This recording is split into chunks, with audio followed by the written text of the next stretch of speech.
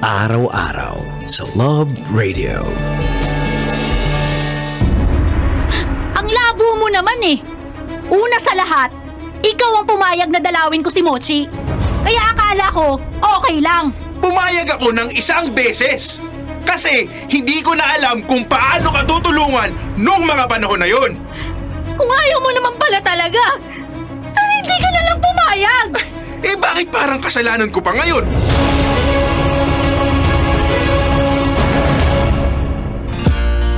Kasama kakwentuhan, kadramahan niyo na po your uragong broski like super legit and all Konyo Bicolano. Para sa paborito ninyong dramahan mula Lunes hanggang Biyernes. Kabisyo, ito po ang Dear Love. Uy, napaka-exciting ng drama natin ngayong araw dahil mukhang may sumbatan. Ako talaga gustong-gusto ko to minsan, no? Hey, ewan ko kung medyo nai-ignite na yung pagiging chismoso ko and all.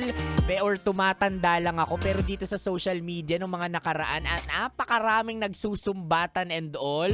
Tapos ako may popcorn. Oo, tinitingnan, nanonood lang ako. Bala kayo dyan. Entertaining somehow. O hindi ko kabisyo sinasabi na dapat tayo nakikichismis and all. Bad yun, ha? What I'm saying is somehow nakaka-entertain lang yung mga ganitong klaseng behavior natin bilang isang tao. No? Na yung nakikipagsumbatan tayo, tapos sa bandang huli, time heals. Yeah. Para lang tayong mga minsan mag-aaway-away tayo. Tapos bigyan lang ng oras yan, magkakabati-bati rin tayo. Ay nako mga kabisyo, pero hindi lahat. Oo, hindi lahat agad-agad nagkakabati. Kasi aminin po natin yan. Isa sa mga pinakamahirap gawin ngayon, bukod sa pagpapatawad, ay ang mag-move on like super legit and all. Oh, 'di ba? Pag-move on, yung pag-move on natin sa past natin, sa nakaraan natin, past relationship, past feelings and all. Aminin po natin 'yan. Kahit si Konyo Bicolano, hirap na hirap pa rin mag-move on. Kung may gamot nga lang, 'di ba? Kung may gamot sa pag-move on, like you're gonna make inom lang or you're gonna take it na lang. Ay nako, kahit magkano, sige, bilhin ko po 'yan para maka-move on na ako. 'Di ba? Para kahit papaano makapaghanap na ako ng iba. Hanap ng iba, hindi? Para maka-move on na tayo, 'di ba? Ma-refresh na yung dapat ma-refresh. Ay nako mga kabisyo, nabanggit ko 'yan kasi mukhang ito ang laman ng Dear Love natin or maya-maya lang. Kanina. Tingnan mo, katulad yun, hirap na hirap pa rin ako mag-move on ng weekend. Oo, kasi may inattendan akong birthday. Up until now, nandun pa rin yung kaluluwa ko. Oo, happy birthday, Sam. Oo. O siya, basta yun ang magiging Dear Love natin na maya-maya. Meron nga bang specific ingredient para makapag-move on ang isang tao? At ano nga ba ang nagiging epekto kapag ikaw hindi pa talaga lubusang nakaka-move on sa current relationship mo?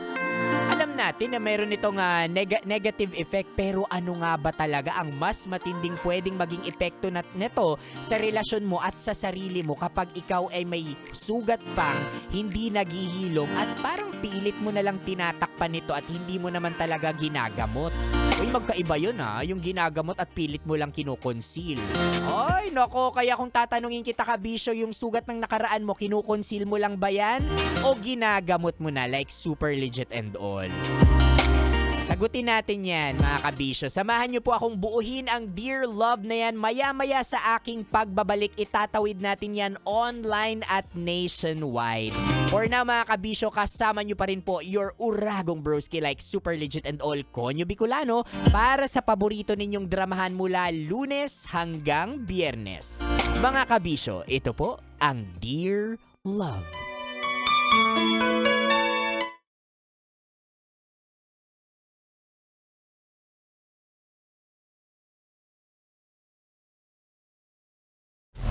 Metro's #1 Love Radio. Basic!